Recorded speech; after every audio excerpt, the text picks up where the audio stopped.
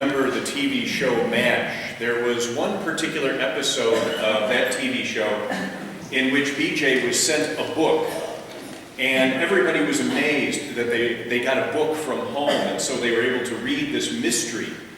And he was sharing parts of the book with everybody in the camp. The difficulty was the last chapter of the book was torn out of it, and so nobody knew the ending. And naturally, everybody was driving themselves crazy trying to figure out exactly who done it. Well, finally, they called the author who wrote the book because they had to have an answer.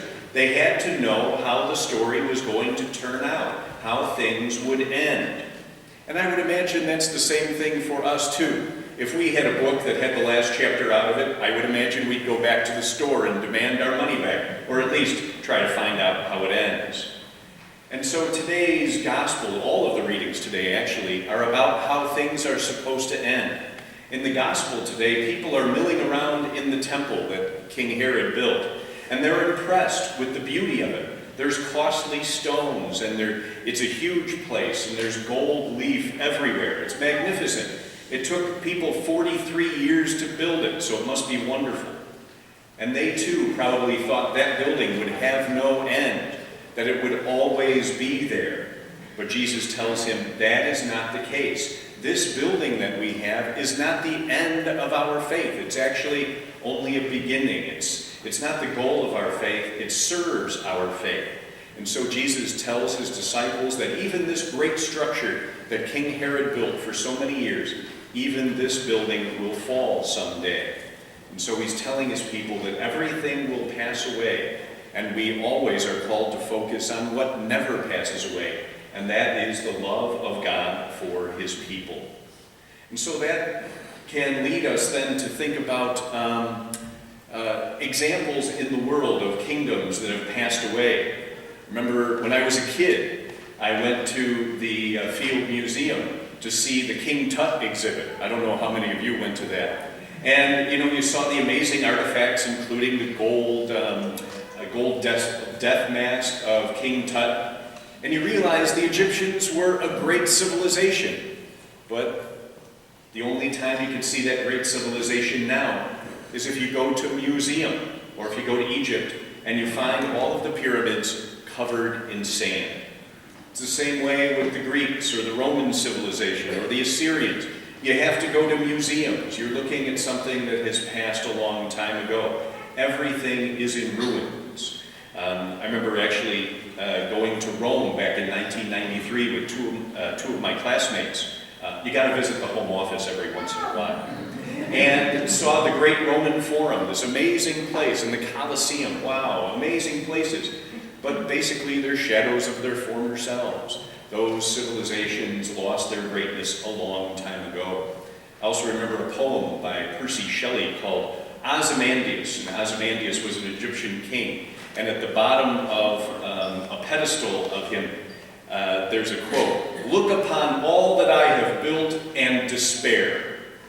And the joke is basically that everything that Ozymandias built now is in ruins, and sand covers it all. And so really we know that empires pass away. As strong as they are, empires will pass away, and a new time will come. And so Jesus tells his disciples and us that a new time is coming, and there are signals for it. Nations will rise against nations, earthquakes, famines, and plagues. But you realize, nation rising against nation, that happens all the time. Famines and plagues happen all the time. Earthquakes, the scientists tell you that earthquakes happen every single day. And so we are always in a time when we are looking forward to another day. Jesus doesn't give a date. That would be bad, wouldn't it? If Jesus said the world will end on such and such a day. Well, I think that would be really tough to take. We can't pinpoint it. We just can't. Remember Oral Roberts a number of years ago? He said that the world would end. That was it. He said his life would end if people didn't give enough money to him. And so, wouldn't it be great if they didn't give him enough money and he'd just be zapped out of his shoes? That would be a great thing, But no, when you try to pinpoint a day in the future when the end will come, you just end up looking foolish. So our task as Christian people as we near the end of the church year is we look forward to the day, a day we don't know what the date is, we don't know when it's coming, but we are always looking forward to the day. We prepare for it. How? With our own prayer, with our good works, with loving our brothers and sisters, with taking care of the poor, our humility, living for others. It's that way that we prepare for the day. There's a story of St. Francis of Assisi one day working in his garden, and one of the other brothers was working with him. And one of the other brothers turned to Francis and said, "Brother Francis, what would you do if you knew this were the last day of your life?" And he said, "I'd continue working in my garden. Continue doing what you're supposed to be doing, and all will be well." That is how we prepare for the day. Do what you do in order to receive the salvation that is meant for you, and all will be well.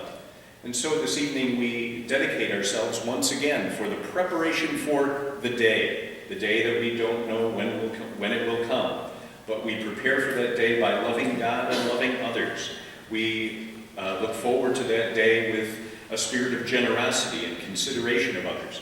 We don't live for yesterday. We're not supposed to do that. That is past. What we always have to do is look to a forward day, another day in the future with hope.